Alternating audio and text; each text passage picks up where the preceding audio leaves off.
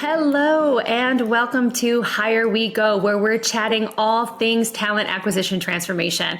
Whether you're an HR vet or someone who's simply fascinated by how to find, attract, and engage talent, you are most certainly in the right place. I'm your host and director of solutions here at Joveo, Ashlie Collins, and joining us today is Keirsten Greggs from Trapp Recruiter. Thank you so much for joining us. Why don't you tell us a little bit more about yourself and Trapp Recruiter? Well, thank you for having me, Ashlie. I am so excited to be here on Hire We Go. As you mentioned, I am Keirsten Greggs, better known to some as Trapp Recruiter. I've been in TA since, the year 2000. I started off as a third-party recruiter doing technical recruiting, and then one of our clients hired us to be in-house recruiters, and I never went back to the agency side, but I did start my own company after many years in defense contracting in 2017. So it's been 8 years of Trapp Recruiter, and our mission is just to bring trust, relationship building, accountability, and a proactive approach back into the recruiting lifecycle. Oh, I love that. I didn't piece all of that together, but fantastic naming. I'd be curious to get your take on how can organizations rebuild trust in their hiring process, especially when candidates and recruiters alike are experiencing fatigue from layoffs, ghost jobs, diversity rollbacks, and extended job searches?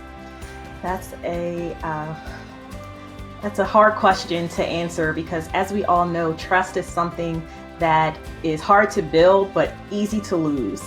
And like your question mentioned, we do have a bunch of ghost jobs. We have a bunch of hiring leaders and recruiters and job seekers who are all fatigued with their job search. You have many more folks who are on the hunt at the same time. We're inundated with tools that are supposed to help us to be better at recruiting and better at job searching. And sometimes it gets overwhelming because there are so many and we don't know which ones to pick. And it's just a matter of what we clicked on sometimes, 10 minutes before or a week before what is being fed to us and what we're seeing. So, trust is going to be hard to rebuild, but it's going to start with one interaction at a time. Trust is built one thing at a time. It just like it only takes one person.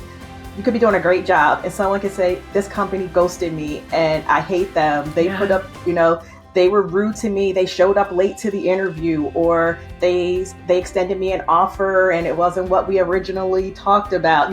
There's all kinds of things that happen that break down that trust. But the same way that you break down trust, one interaction at a time, you can build that trust one interaction at a time. And it's transparency. How many of us have had to have those tough conversations? Like, listen, we were, sometimes the recruiter and the hiring leader are disconnected at some point, especially when you're working on the third party side. You're given information sometimes last or close to last. Right. So, it's the hiring leader is talking to the in-house recruiter who may be, and then sometimes they don't know who's supposed to give the third party recruiter the information. So a lot of things go into that. And then sometimes if there's a great relationship and there's a great deal of trust that exists between the third party and the main company, then sometimes, they allow the company to reach out to the job seeker. And we have to be clear, as much as people like to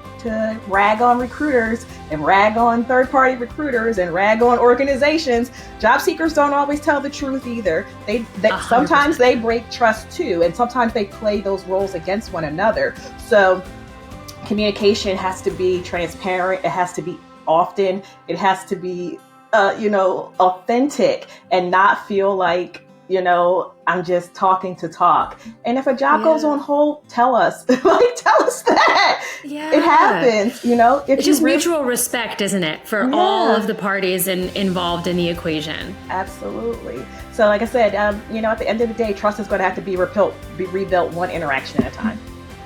I love that. And it's so true, because I think it can gets so easy when you're caught up in the process of it all to forget about the humans who sit behind each one of these functions and each one of the chairs, along the way. And how do we just stay connected to each other, respect what we each bring to the table, and navigate it? Like you said, almost over communication is key in all areas. Thank you so much for that feedback. And if you had a magic wand and you could change anything, what would you change about talent sourcing? And I have to say now, as we head into 2026, because 2025 is almost over.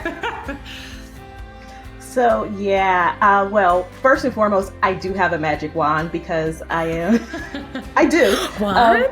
It's on my bookcase back there. I would get it, but I should have been better prepared with my prop. But yes, I actually do have a magic wand because in some lives, I think I'm Hermione Granger, but that's a different conversation. But if my wand worked and I could change something, people aren't going to like me saying this, but we become overly transactional and we become overly reliant on tools. Now, this is no disrespect, obviously, because I'm on Joveo's, podcast. I'm on Higher We Go, talking about tools, but I'm saying our over-reliance in the sense that we are replacing the tool with the human interaction. We are asking the tool to do the work. We are asking the tool to think for us. We're not using it to increase our efficiency. We're not using it to enhance our messaging. We're not using it for the thing that it is, an actual tool, something to make us better. Because like I said, every tool, like everything you're building, if I have a hammer, but I actually need to paint, like not gonna get much done. Yes. So I think the over reliance, like I said, and just we're making things very transactional because we're caught up on speed. We're caught up on quantity over quality. And some of that is recruiters' fault. Some of that is the industry's fault. We rush to be so high tech that we forgot to continue to be high touch. I have equal criticism for both in-house and third-party recruiters because I've been both, and I can say it from both perspectives. But that over reliance on whatever's new, whatever's trending, not proven. Like we don't take enough time to actually prove that something works for us, and just because something works for us in this instance or for this type of situation doesn't mean that that's going to be a broad brush across all hiring scenarios. And we don't spend enough time realizing how difficult recruiting is. It is not easy. This idea that recruiting is anybody can be a recruiter, that it's just filling roles, it's so much more than that.